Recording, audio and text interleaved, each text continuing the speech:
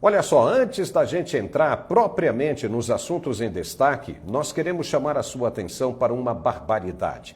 Mais uma besteira anunciada pelo presidente Lula. De novo, é só deixar ele com um microfone na mão para falar à vontade que vai dar coisa errada. Em um evento na Bahia, mais especificamente no Teatro Castro Alves, em Salvador, o presidente assinou a regulamentação da Lei Paulo Gustavo, que tinha sido criada em 2022 para ajudar os artistas durante as dificuldades da pandemia de Covid-19. Ao invés de esquecer o palanque, Lula fez exatamente o contrário, trazendo para a ordem do dia o seu maior calo no sapato, Jair Bolsonaro. Ele não pode ver uma plateia reunida que faz logo questão de lembrar que o ex-presidente existe. Ao mencionar as vítimas da Covid, Lula tentou faturar algum bônus político, fazendo o que ele mesmo disse em inúmeras entrevistas: exagerar nas cifras para criar uma narrativa fantasiosa em seu favor. Em outras palavras, mentiu. Veja. É como se tivesse passado um furacão nesse país e tivesse destruído. Ou seja, só para a gente ter ideia da desgraça que esse país foi submetido, dos 700 milhões de brasileiros que morreram da Covid, 300 milhões morreram por culpa de um governo negacionista que não tem a menor sensibilidade de respeitar a ciência, a medicina e respeitar o povo que precisava tomar vacina. Espera aí, você ouviu bem? Ele disse 700 milhões de brasileiros que pegaram a Covid e que 300 milhões morreram por falta de vacina, por causa de um governo negacionista. Você ouviu? Estamos assustados. Não sabíamos disso. O Brasil só tem 214 milhões de habitantes. Nas palavras do presidente, estamos todos mortos e não sabíamos. E ainda tem mais 100 milhões de brasileiros que nem nasceram e já estão mortos. Aí fecha a conta dele de 300 milhões. Quero dizer-lhe, meu amigo, você que ainda não se deu conta, que você está no purgatório, ouvindo o presidente falar desse jeito, só esperando pela purificação para passar a salvação e entrar no paraíso. Que beleza! Você morreu e não sabia, né? Parabéns, presidente, por avisar a nação. Lula fala desse jeito para passar a impressão de situação grave, de extremismo, e ganhar bônus político, se mostrando como o paladino da verdade. Mas agora, falando sério, é isso que ele faz sempre. E ele mesmo já disse em inúmeras entrevistas que exagera nos números porque ninguém vai lá para conferir. Basta pesquisar na internet para ver. Lula gosta de extrapolar nos números porque acredita mesmo que ninguém vai checar.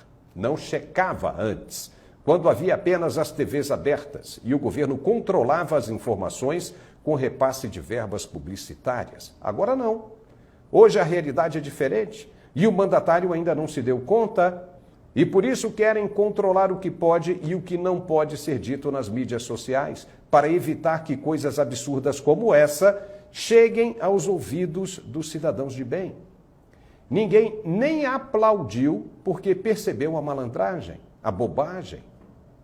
A Lei Paulo Gustavo prevê um repasse federal de 3 bilhões e 800 milhões de reais do Fundo Nacional de Cultura, o FNC, para municípios, estados e o Distrito Federal investirem na produção de eventos culturais. Resta saber se todos os cidadãos envolvidos com a cultura no país terão acesso mesmo democrático a esse bolo orçamentário, ou se ele vai ficar apenas para os medalhões, artistas consagrados que costumam aparecer em campanhas publicitárias institucionais para ajudar a melhorar a imagem do governo. Vamos ver? O ex-ministro Anderson Torres saiu da cela onde estava no 4º Batalhão da Polícia Militar em Brasília e seguiu para casa, como todo mundo já sabe. Mas ele ainda não está livre porque foi com tornozeleira eletrônica. Não pode sair de sua residência, nem falar ao telefone e coisa e tal. Ou seja, continua preso, mas em casa. Muitos se perguntam qual foi realmente o crime que o ex-ministro cometeu. Ninguém sabe. Foi uma prisão preventiva, que já passa de 4 meses. Ele nem no Brasil estava quando ocorreram os atos criminosos de 8 de janeiro. Ao contrário do ex-ministro do GSI, general Gonçalves Dias, que não só estava no local, como é suspeito também de ter ajudado os manifestantes nos atos considerados terroristas. Então, por que Anderson Torres está com a carne ardendo, enquanto G. Dias segue na sombra e água fresca? A resposta pode ser encontrada nas evidências divulgadas pela Polícia Federal de que o ex-ministro da Justiça estaria envolvido em um plano para sequestrar o ministro Alexandre de Moraes. Isso sim é grave. Mas se tivesse sido desmantelado pela polícia, um plano que já estivesse em andamento e com data certa para deflagração, mas isso aconteceu?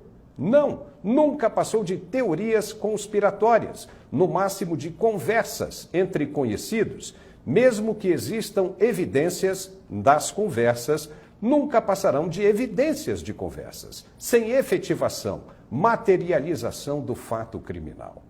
Mas a narrativa montada é para fazer acreditar que o plano aconteceu de verdade, sim, na prática. Todos os passos funcionam como se o crime tivesse acontecido verdadeiramente para se justificarem os atos e ações. Lamento, mas não foi assim que aconteceu, pelo menos no que foi levantado pela imprensa. Então dá para entender que o ministro se enfureceu, acreditando nas provas da polícia e dando um esfrega no ex-ministro para ele aprender. Seria um ato de justiça ou uma revanche? A conclusão é sua. A defesa de Anderson Torres já disse que podem tirar o cavalinho da chuva, que o cliente não vai fazer delação premiada como querem e acreditam os integrantes do judiciário. Não vai fazer porque não tem nada para delatar, segundo os advogados, mas que Torres vai sim colaborar com a justiça para elucidar o que estiver ao alcance dele. Pelo menos o ex-secretário de Segurança Pública do Distrito Federal vai poder passar o Dia das Mães com a esposa e as 2 filhas. E ainda na questão do tribunal, o STF retomou nesta sexta-feira o julgamento da inconstitucionalidade das revistas íntimas em quem visita presos nos presídios do país, principalmente os de segurança máxima. Os ministros voltaram a analisar nesta sexta-feira se a prática viola os princípios da dignidade da pessoa humana e da proteção à intimidade, à honra, à imagem do cidadão.